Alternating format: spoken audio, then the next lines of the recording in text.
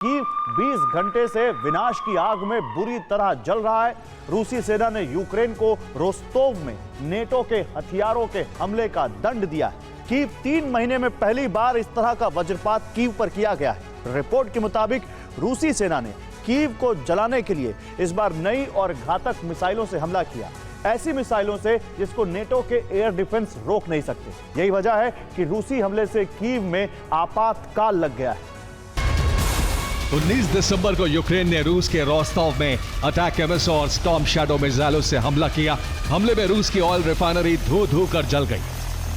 20 दिसंबर को रूसी सेना ने इस हमले का ऐसा प्रतिशोध लिया कि यूक्रेन की राजधानी 20 घंटे से बुरी तरह जल रही है।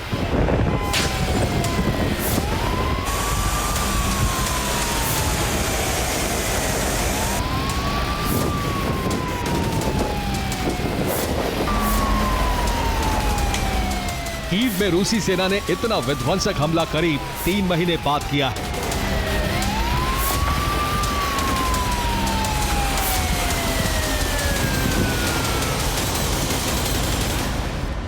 रूस की बमबारी में कीव के एनर्जी ठिकाने जल रहे हैं।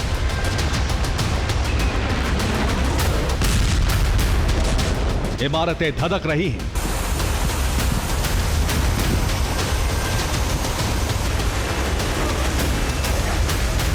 पावर ग्रिड तबाह हो गई है। कीव में मौजूद यूक्रेनी सेना के ठिकाने और हथियार गोदाम भी तहस नहस हो गए।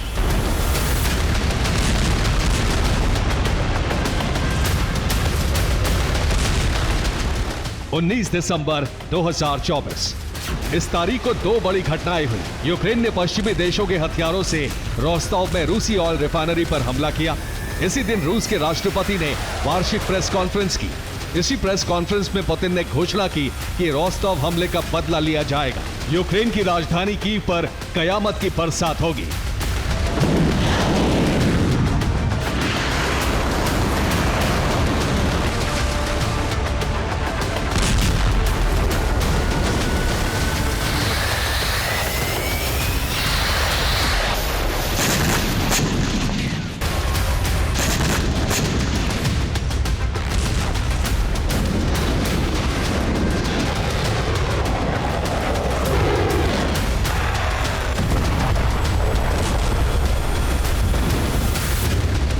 वार्षिक प्रेस कॉन्फ्रेंस खत्म हुई, रात हुई, पुतिन ने आदेश दिया और इसी के बाद कीव का दहन शुरू हो गया।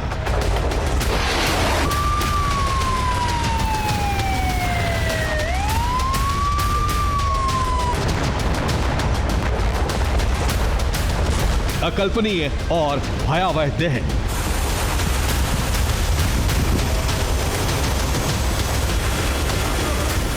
आधी रात रूस के बॉम्बर और लड़ाकू विमान पहुंचे। कीव में कई जगहों पर एक साथ मिसाइलों की वर्षा शुरू हो गई। इसी बम वर्षा के बाद कीव में यत्र तत्र सर्वत्र विनाश की डराने वाली आग नजर आने लगी।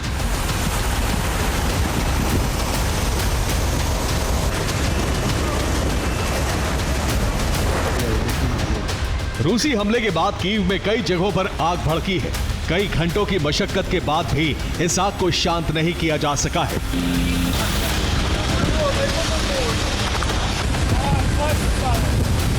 यह पुतिन के प्रतिशोध का पहला एपिसोड है। रूस के बॉम्बर कीव के आसपास कई घंटों से उड़ान भर रहे हैं।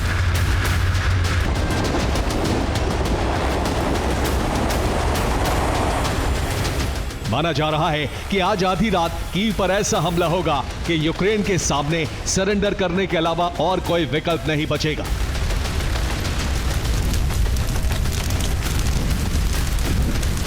चौबीस घंटे में रूस ने कीव में जिस तरह से बमबारी की है, उससे कीव का एनर्जी सेक्टर ध्वस्त हो गया है।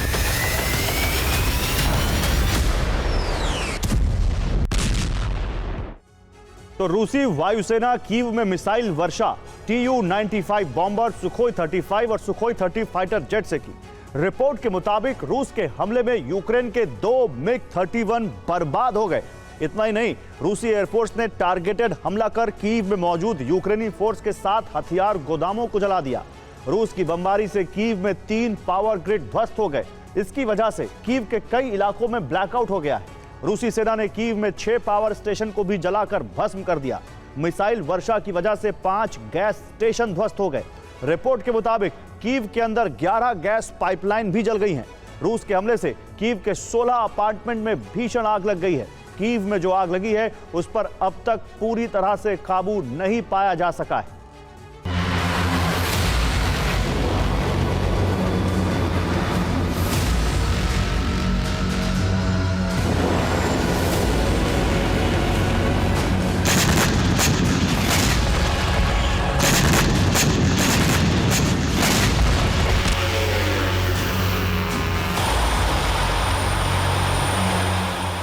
रिपोर्ट के मुताबिक इस बार रूस ने कीव में बहुत घातक और रहस्यमयी मिसाइलों से हमला किया है।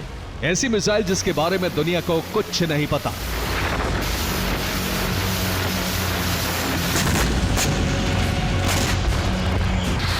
रहस्यमयी मिसाइलों से हमले का दावा तब होने लगा जब पुतिन ने 19 दिसंबर को ही कहा कि रूस के पास ओरेश्निक जैसी कई खतरनाक और रहस्यमयी मिसाइलें हैं।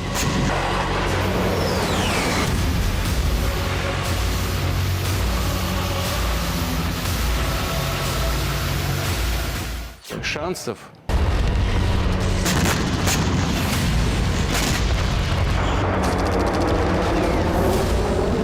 पुतिन के इसी ऐलान के बाद दावा किया जा रहा है कि इस बार रूस ने कीव पर ओरेश्निक से नहीं बल्कि ओरेश्निक जैसी ही घातक मिसाइलों की बरसात की है।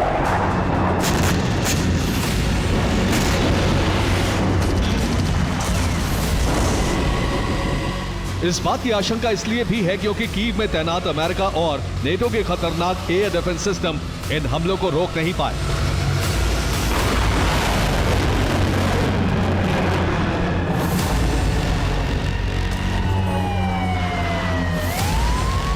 यही वजह है कि कीव में विनाश की इतनी बड़ी आग भड़क गई। ऐसे में संभव है कि रूस ने हमले के लिए नए और घातक प्रक्षेपास्त्रों का इस्तेमाल किया हो।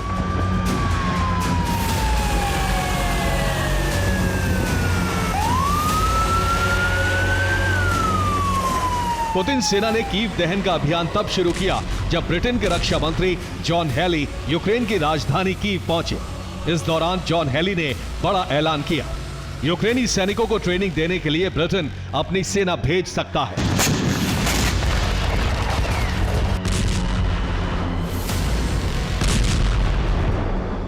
इसका मतलब यह हुआ कि ट्रेनिंग के बहाने नेटो यूक्रेन में अपनी सेना तैनात करने जा रहा है।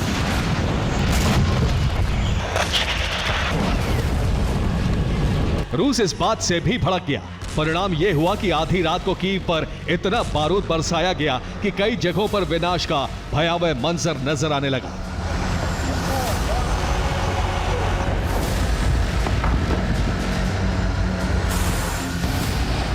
कीव में रूस का यह हमला ब्रिटेन के साथ साथ नेटो को चेतावनी माना जा रहा है। रूसी सेना ने यह साफ कर दिया है कि अगर नेटो ने अपनी सेना यूक्रेन भेजी तो उसका भी हश्र वही होगा जो कीव समेत पूरे यूक्रेन का हो रहा है।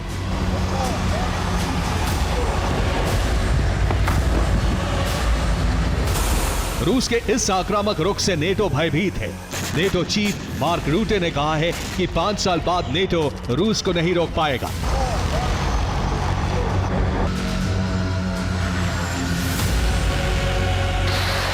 जाहिर है रूस जिस तरह से नई और घातक मिसाइलों से हमले कर रहा है उससे न सिर्फ यूक्रेन बल्कि नेटो के अस्तित्व पर भी बड़ा खतरा मंडरा रहा है।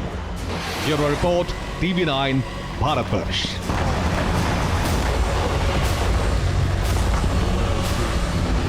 खेरसोन में रूसी सेना का हमला, यूक्रेनी सेना के ठिकानों पर वज्रपात। हमले में यूक्रेन के 3 सैन्य वाहन तबाह हो गए।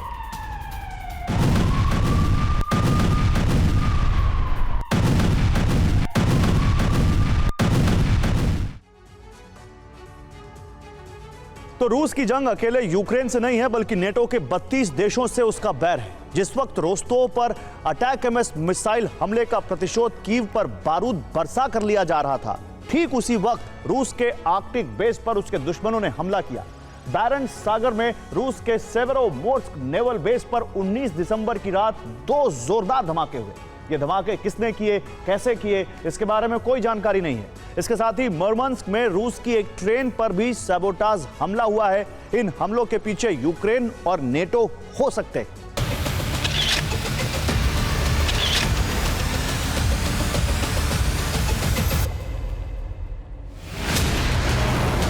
19 दिसंबर को जब कीव पर रूसी मिसाइल फोर्सेस हमले कर रही थी, ठीक उसी वक्त रूस के मरमंस्क शहर में एक बारूदी साजिश को अंजाम दिया जा रहा था।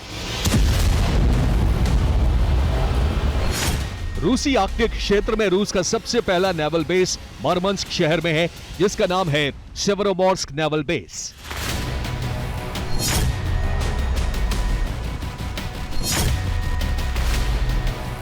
बैरेंट्स सागर तट पर बना यह बेस रूस की नॉर्दर्न नेवल फ्लीट का घर कहा जाता है। यहां रूस की परमाणु हमला करने में सक्षम सबमरीन और हाइपरसोनिक मिसाइलों के साथ युद्धपोत तैनात रहते हैं।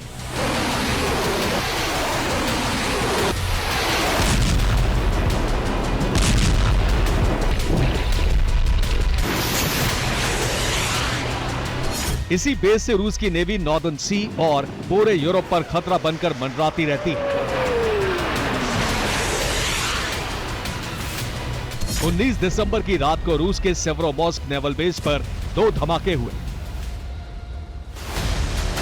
12 किलोमीटर दूर तक इन धमाकों की आवाज सुनी गई और शॉक वेव महसूस की गई। इन धमाकों के पीछे कौन है, धमाके कैसे किए गए, इसके बारे में कोई जानकारी रूस ने नहीं दी है। धमाके से नेवल बेस पर कितना नुकसान हुआ है, इसके बारे में भी कोई जानकारी नहीं है। रूसी सेना ने इतना कहा है कि सेवरोमोर्स्क नेवल बेस पर एक बड़े षड्यंत्र को नाकाम कर दिया गया। ये धमाके पुतिन की न्यूक्लियर धमकी के बाद किए गए हैं। 19 दिसंबर की दोपहर को पुतिन मॉस्को में प्रेस वार्ता कर रहे थे। इसमें एक पत्रकार ने उनसे सवाल पूछा कि आपने परमाणु सिद्धांतों में बदलाव किए और दुश्मन को संदेश देने की कोशिश की, क्या दुश्मन को रूस का परमाणु संदेश मिल चुका है? पुतिन ने इसका छोटा सा लेकिन गंभीर जवाब दिया।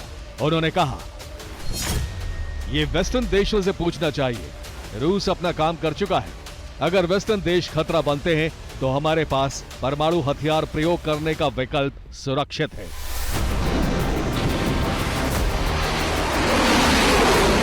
आर्कटिक रीजन में अमेरिका ही नहीं बल्कि नेटो के सभी देश मिलकर भी रूस के मुकाबले में कहीं नहीं ठहरते हैं।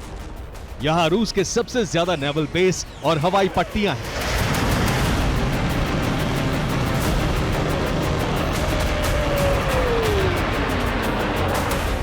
अमेरिका को डर है कि धरती के उत्तरी ध्रुव से रूस विनाशक संग्राम शुरू कर सकता है। इसीलिए मरमंस्क के नेवल बेस को निशाना बनाया गया है। मरमंस्क के सेवरोमोर्स्क रूसी नेवल बेस को आर्कटिक का गेटवे कहा जाता है और यह रूस का अहम बेस है।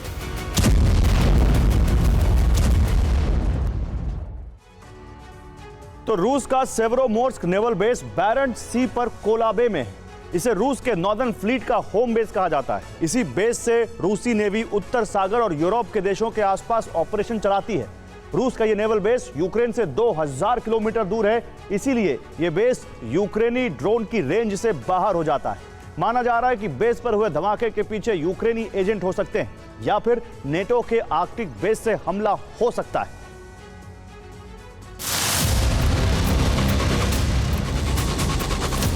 रूसी नेवल बेस पर हमले के साथ साथ मरमंस्क रेलवे पर भी सबोटाज हमले की आशंका जताई गई है। नेवल बेस पर हमले से पहले मरमंस्क में रेलवे लाइन को नुकसान पहुंचाया गया। Murmansk Saint Petersburg railway line पर यूक्रेनी एजेंट्स ने सबोटाज हमला किया, जिससे एक मालगाड़ी पटरी से उतर गई। मालगाड़ी के डिब्बे एक यात्री ट्रेन से टकरा गए। इस हादसे में 31 रूसी नागरिकों की मौत हो गई। इससे पहले 15 दिसंबर को यूक्रेनी एजेंट्स ने रूस के ब्रियांस्क में रेलवे के इंजन्स में आग लगा दी और 18 दिसंबर को मरमंस्क में बड़ा हमला किया।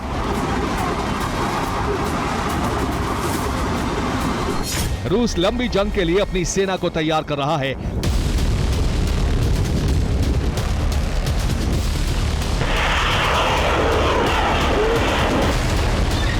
और इसीलिए रूसी नेवल बेस और सेना को हथियार, तेल, रसद आपूर्ति करने वाले रेलवे ट्रैक को निशाना बनाया जा रहा है।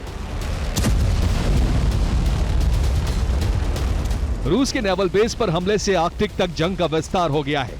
19 दिसंबर को ही रूस ने नई न्यूक्लियर सबमरीन नौसेना को सौंपी है, जिसे आर्कटिक की नॉर्दर्न फ्लीट में तैनात किया गया है। रूस ने 19 दिसंबर को बैरेंट्स सागर में अर्खंगेल्स्क सबमरीन का भी ट्रायल पूरा किया। इसे मरमंस्क में तैनात किया जाने वाला है। 19 दिसंबर की रात को ही रूस के सेवरोमोर्स्क बेस पर हमला कर दिया गया। हाइपरसोनिक मिसाइलों और पोसाइडन से लैस नेवी को रूस की सबसे बड़ी शक्ति कहा जाता है और यूक्रेन सहित नेटो के एजेंट रूस को शक्ति विहीन करने के लिए रूसी नेवल बेस पर हमले कर रहे हैं। Bureau report, TV9 Bharatvarsh. और बड़ी खबर है, रूस में यूक्रेनी फोर्स ने पलटवार किया है। बेलगोरोद में यूक्रेन का ड्रोन अटैक। यूक्रेनी हमले से कई इमारतें बर्बाद हो गई।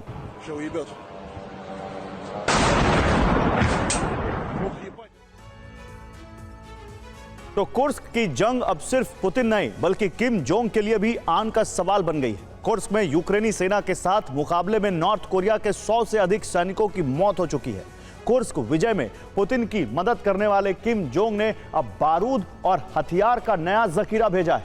यूक्रेन के सैनिकों के संहार में अब सिर्फ रूस नहीं बल्कि नॉर्थ कोरिया की आर्टिलरी भी शामिल होगी। किम जोंग की कोशिश है कि नए साल में वो कुर्स्क विजय का तोहफा पुतिन को दे सके। नॉर्थ कोरिया से हथियार के बाद सेना की नई टुकड़ी भी आ सकती है। जमीन रूस की, जंग भी रूस की, लेकिन मुकाबला किम की सेना और ज़ेलेंस्की की सेना के बीच।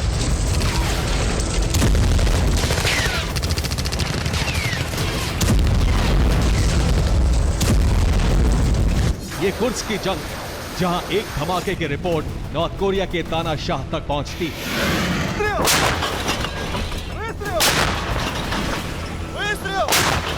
इस जंग के एक एक पल की जानकारी किम जोंग को दी जाती है।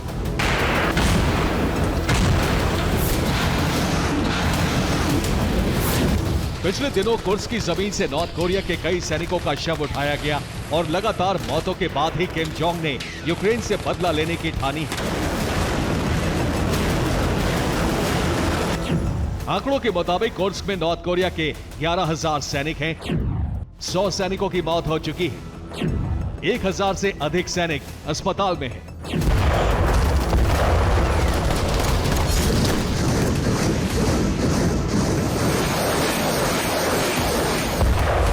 अपने सैनिकों की मौत की खबर के बाद किम जोंग बेहद गुस्से में है और इसका सबूत है ये ट्रेन।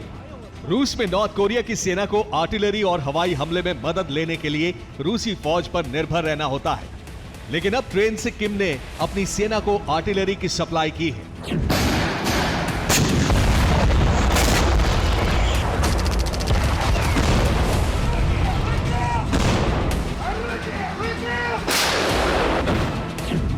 किम ने M1989 Coxon self propel artillery भेजी। M1989 कॉक्सन लॉन्ग रेंज की आर्टिलरी है। एक बार में इससे 12 राउंड गोले दागे जा सकते हैं।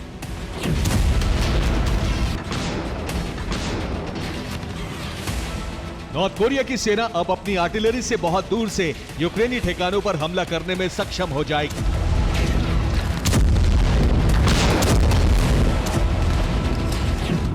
किम की कोशिश है कि कुर्स्क में हर दिन यूक्रेनी सेना के संहार के आंकड़े को बढ़ाया जाए।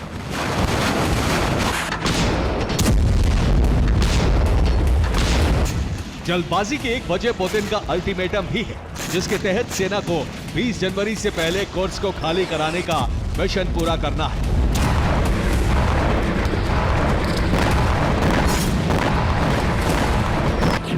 किम जोंग 10 दिनों में कुर्स्क को खाली कराने का प्लान तैयार कर चुके हैं। किम जोंग नए साल पर पुतिन को जीत का उपहार देना चाहते हैं। यही वजह है कि हथियारों के बाद नॉर्थ कोरिया से सैनिकों की नई टुकड़ी भी भेजी जा सकती है।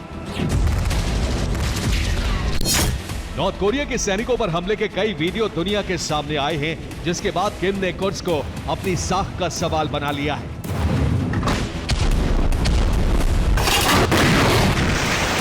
नॉर्थ कोरिया में कमांडर्स के साथ बैठक के बाद ही किम जोंग ने कुर्स्क में हथियार और सैनिकों की नई टुकड़ी भेजने का फैसला लिया है।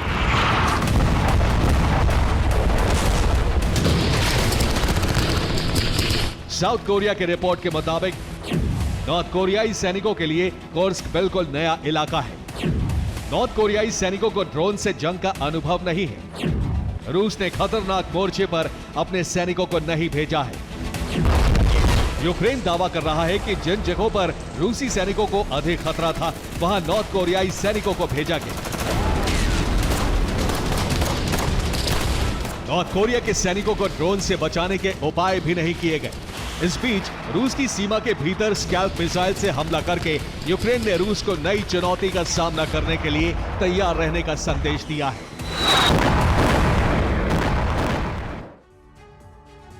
तो यूक्रेन ने पहली बार रूस की धरती पर स्कैल्प मिसाइल से हमला किया। स्कैल्प फ्रांस की मिसाइल है और स्टॉर्म शैडो की तरह यह हवा से जमीन पर दागी जा सकती है।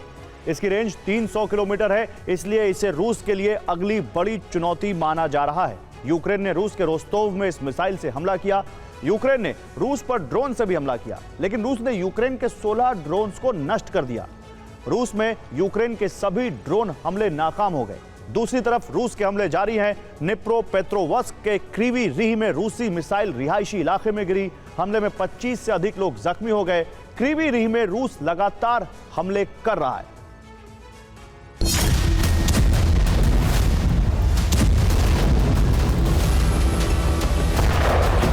यूक्रेन के हमले लगातार नाकाम हो रहे हैं और अब यूक्रेन के पास गुरिल्ला हमलों के अलावा कोई विकल्प नहीं बचा है। गुरिल्ला हमलों से रूस को नुकसान जरूर हो रहा है, लेकिन यूक्रेन अपनी जमीन को बचाने में नाकाम हो रहा है।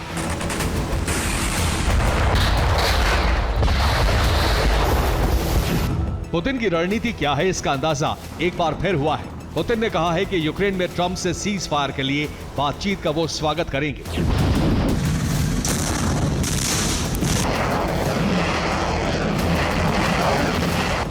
लेकिन संकेत यही है कि यूक्रेन के जो हिस्से जीत लिए गए वो रूस का हिस्सा होंगे।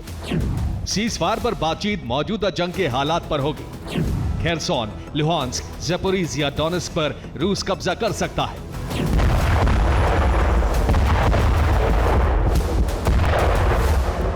यानी पुतिन बातचीत से पहले यूक्रेन के अधिक से अधिक हिस्सों को जीतने की कोशिश करेंगे।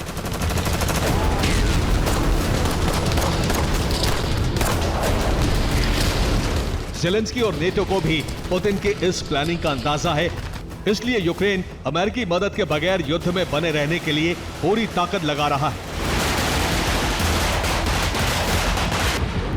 यूक्रेन ने ऐलान कर दिया है कि अब पैट्रियट डिफेंस सिस्टम यूक्रेन में ही बनाया जा सकता है।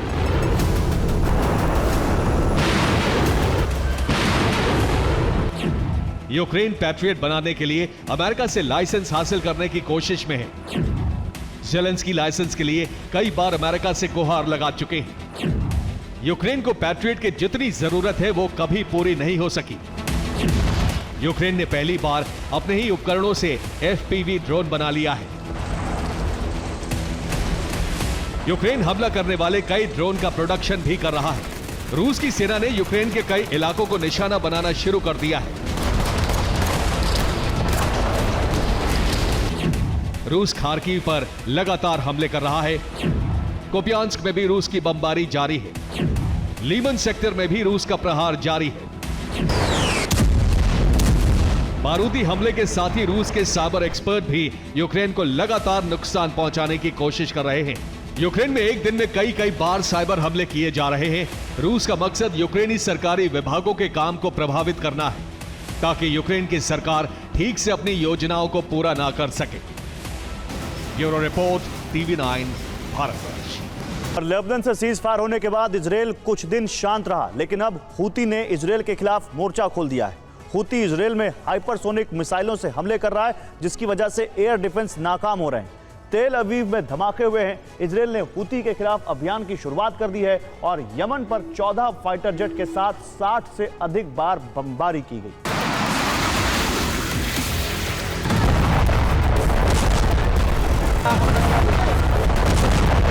हमास और हिजबुल्लाह के बाद अब हूती के खिलाफ इजराइल का मिशन।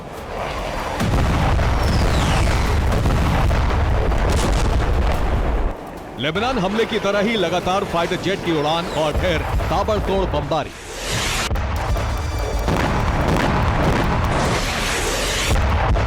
नेतन्याहू ने एक बार फिर अपने दुश्मन को संदेश दिया है कि इजराइल अपने ऊपर होने वाले हर हमले का मुंहतोड़ जवाब देने की नीति पर कायम है। इजराइल पर हूती पिछले 3 दिनों से हमले कर रहा है। हाइपरसोनिक मिसाइलों से तेल अवीव पर हमले हुए हैं। तेल अवीव में इजराइल का सैन्य ठिकाना निशाना बना है। इजराइल में तबाही का धुआं उठा तो यमन भी शांत नहीं रह सका।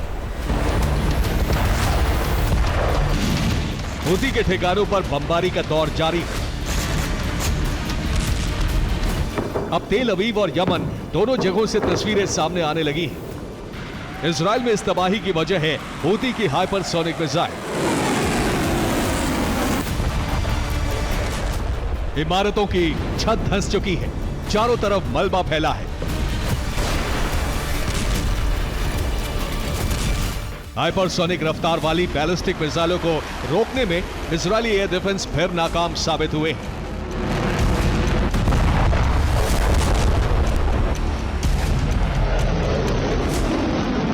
हूती ने अपनी कामयाबी के बाद यह वीडियो जारी किया है। रात के अंधेरे में एक के बाद एक 2 मिसाइलें दागी गई।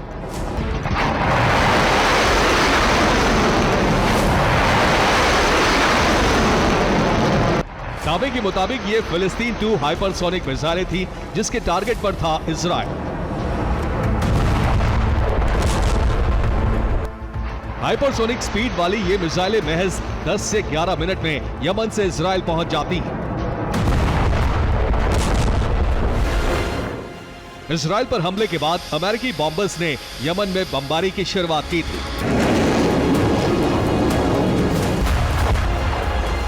लेकिन फिर मोर्चा खुद इजरायली वायु सेना ने संभाला।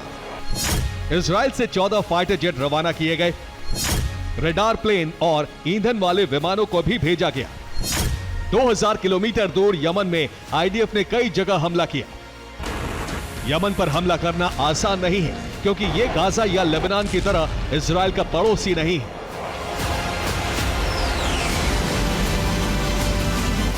इजराइल को यमन पर हमले के लिए 2000 किलोमीटर का सफर तय करना पड़ा है। कई देशों की वायु सीमा का इस्तेमाल करना पड़ता है। इजराइल ने अपने हमले में 60 बम गिराए हैं। हूती के सैन्य ठिकानों को निशाना बनाया गया। राजधानी सना के करीब भी हमले किए गए। हूती को तबाह करने के लिए तेल ठिकानों पर हमले किए गए। समुद्र के किनारे हूती की बोट को भी टारगेट किया गया।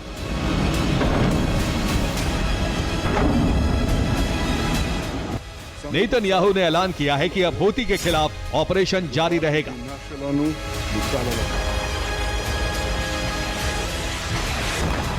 दूसरी तरफ अमेरिका ने भी हूती के खिलाफ नए सिरे से अभियान छेड़ने का फैसला किया है।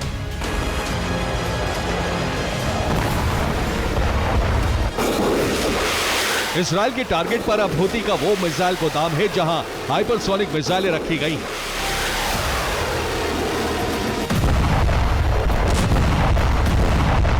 अमेरिका भी हाइपरसोनिक मिसाइलों को बड़ी चुनौती मान रहा है, इसलिए हूती पर हमले तेज किए जाएंगे।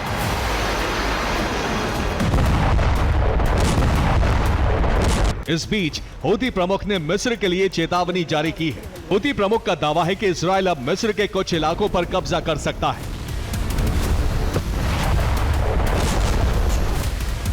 हूती प्रमुख ने दुनिया को आगाह किया है कि नेतन्याहू अपने ग्रेटर इजराइल के मिशन पर आगे बढ़ रहे हैं, इसलिए हूती के हमलों का समर्थन किया जाए।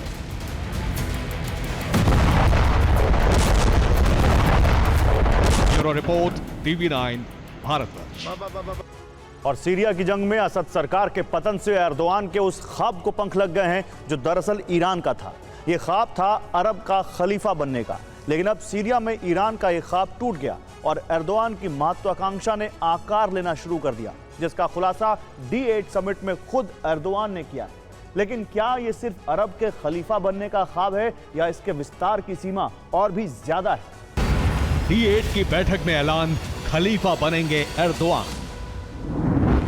डेवलपमेंट 8 कंट्रीज की मिस्र के कायरो में हुई बैठक इस बार सबसे ज्यादा हलचल भरी रही। ये बैठक हालांकि 8 मुस्लिम रिपब्लिक देशों के विकास पर केंद्रित होती थी, लेकिन एर्दोआन ने इस बैठक का उद्देश्य ही बदल दिया। उद्देश्य है खुद को मुस्लिम देशों के खलीफा के तौर पर स्थापित करना, जिसमें सीरिया की जंग एक अहम मोड़ साबित हुई।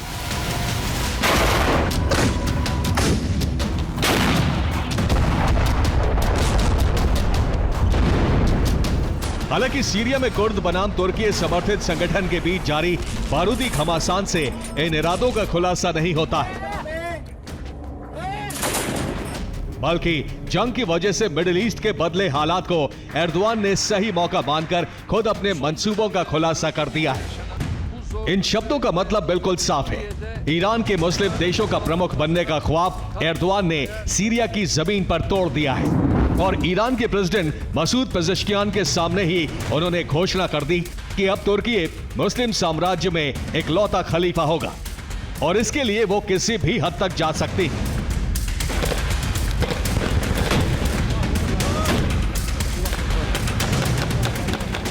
जिसका प्रमाण है सीरिया में जारी सीरियन डेमोक्रेटिक फोर्स के लड़ाकों पर तुर्की का हमला। ये वही विद्रोही संगठन है जिसने असद के साम्राज्य के पतन में अहम भूमिका निभाई है, जिससे संघर्ष के लिए अमेरिका ने हथियार दिए हैं। लेकिन अब अमेरिकी हथियारों से ये गुट तुर्की का सामना कर रहा है। हालांकि अमेरिका नेटो के सदस्य के रूप में तकनीकी रूप से तुर्की पर हमला नहीं कर सकता, ठीक ऐसे ही तुर्की भी अमेरिका पर हमला नहीं कर पाएगा। इसलिए एसडीएफ को बचाने के लिए अमेरिकी फोर्स फ्रंट पर तैनात है। पेंटागन के अनुसार सीरिया में इस समय भी 2000 अमेरिकी सैनिक मौजूद हैं। ये पहले बताई गई अमेरिकी सैनिकों की संख्या 900 से बहुत ज्यादा है, लेकिन आईएसआईएस के खतरे को देखते हुए सैनिकों की संख्या बढ़ाई गई है। हालांकि ये एक तकनीकी कारण है, लेकिन मकसद अमेरिका का कुछ और है, जिसकी पुष्टि करता है एर्दोआन का ऐलान, जिसमें उनके इरादे झलक रहे हैं।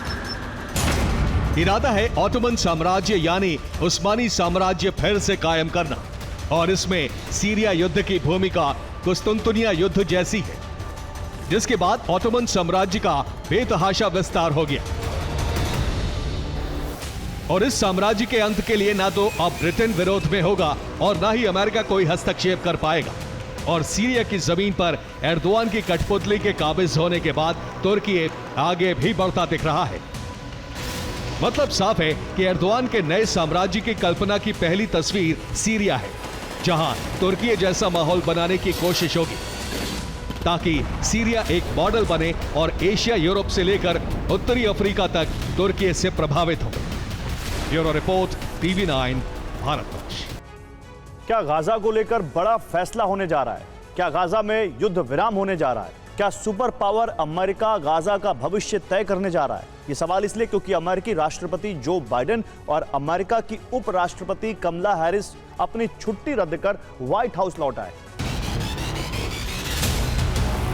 व्हाइट हाउस में इस वक्त हलचल तेज है। व्हाइट हाउस के अंदर मीटिंगों का दौर चल रहा है।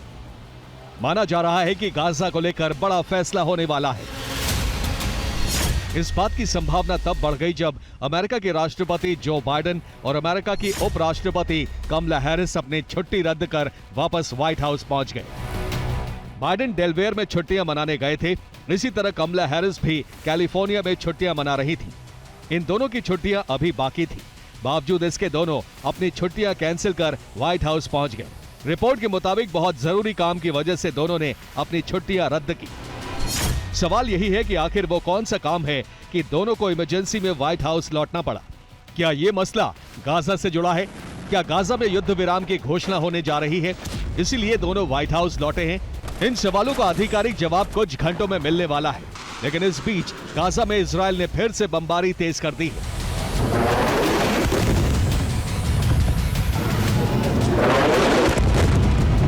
उत्तरी गाजा में इजरायल ने एक स्कूल पर हमला किया, यहां कई लोग मारे गए।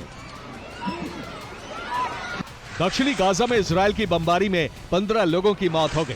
गाजा में 24 घंटे के अंदर 50 से ज्यादा नागरिकों की जान चली गई। इजरायल का यह हमला इस बात का संकेत है कि युद्ध विराम निकट है। यही वजह है कि नेतन्याहू सेना ने गाजा की धरती पर अंतिम चरण का हमला शुरू कर दिया है, ताकि हमास की बची खुची शक्ति भी समाप्त हो जाए। Bureau report, TV9 Bharatvarsh. और अमेरिका के अरबपति कारोबारी इलॉन मस्क और इटली की प्रधानमंत्री जॉर्जिया मेलोनी, इन दोनों की एक तस्वीर सोशल मीडिया पर वायरल हुई। मुस्कुराते हुए दोनों बात कर रहे हैं। इसके बाद चर्चा शुरू हो गई कि दोनों का अफेयर चल रहा है। अब मस्क ने इस पर सफाई दी है।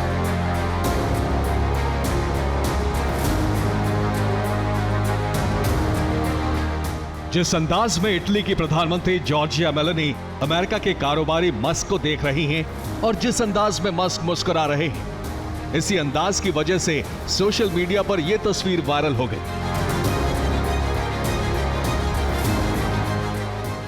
इस तस्वीर को देखकर सोशल मीडिया यूजर सवाल पूछने लगे कि क्या मस्क और मेलोनी के बीच अफेयर चल रहा है।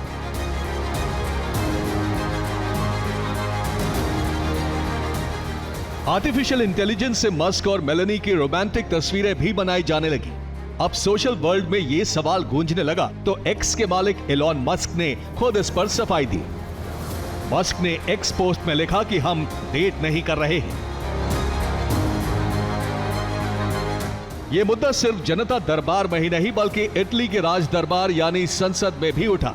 इटली की संसद में जॉर्जिया मेलोनी ने इस मुद्दे पर सदन के सामने सफाई दी। मैं इटली की प्रधानमंत्री हूँ और इलॉन मस्क की दोस्त भी। ऐसी पहली प्रधानमंत्री भी जो स्पेस सेक्टर में प्राइवेट कंपनियों के लिए कानून ला रही है। मेरे कई लोगों के साथ बहुत अच्छे संबंध हैं, लेकिन मैं किसी से ऑर्डर नहीं लेती। मैं आजाद हूँ और कोई अपने हित साधने के लिए मुझ पर दबाव नहीं बना सकता। दरअसल इटली सरकार अंतरिक्ष और एआई क्षेत्र में बड़ा विदेशी निवेश लाना चाहती है। इसी सिलसिले में स्पेस एक्स के कारोबारी एलॉन मस्क की मेलोनी से क्लोज डोर मीटिंग भी हुई थी। इसीलिए विपक्ष ने मेलोनी पर यह आरोप लगाया कि वो अपने कारोबारी मित्र को फायदा पहुंचाने के लिए काम कर रही है। लेकिन मस्क और मेलोनी दोनों ने अफेयर से इनकार कर दिया है। Bureau report, TV9 Bharatvarsh. और नासा अंतरिक्ष यात्री सुनीता विलियम्स की घर वापसी फिर टाल दी गई है। 5 जून को विलियम्स और बुच विल्मोर स्टारलाइनर अंतरिक्ष यान से अंतर्राष्ट्रीय स्पेस स्टेशन के लिए रवाना हुए थे। 1 सप्ताह बाद इन्हें लौटना था, लेकिन अब नासा ने नई तारीख मार्च 2025 दी है।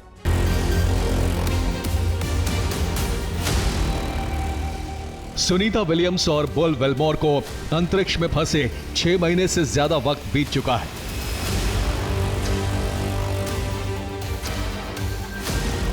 6 जून को सुनीता अपनी टीम के साथ स्पेस स्टेशन पहुंची और उन्हें 16 जून तक धरती पर लौटना था।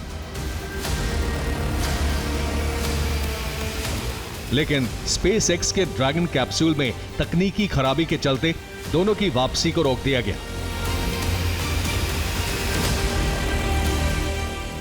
स्टारलाइनर में गैस का रिसाव देखा गया था और इसी वजह से वापसी का मिशन टाल दिया गया।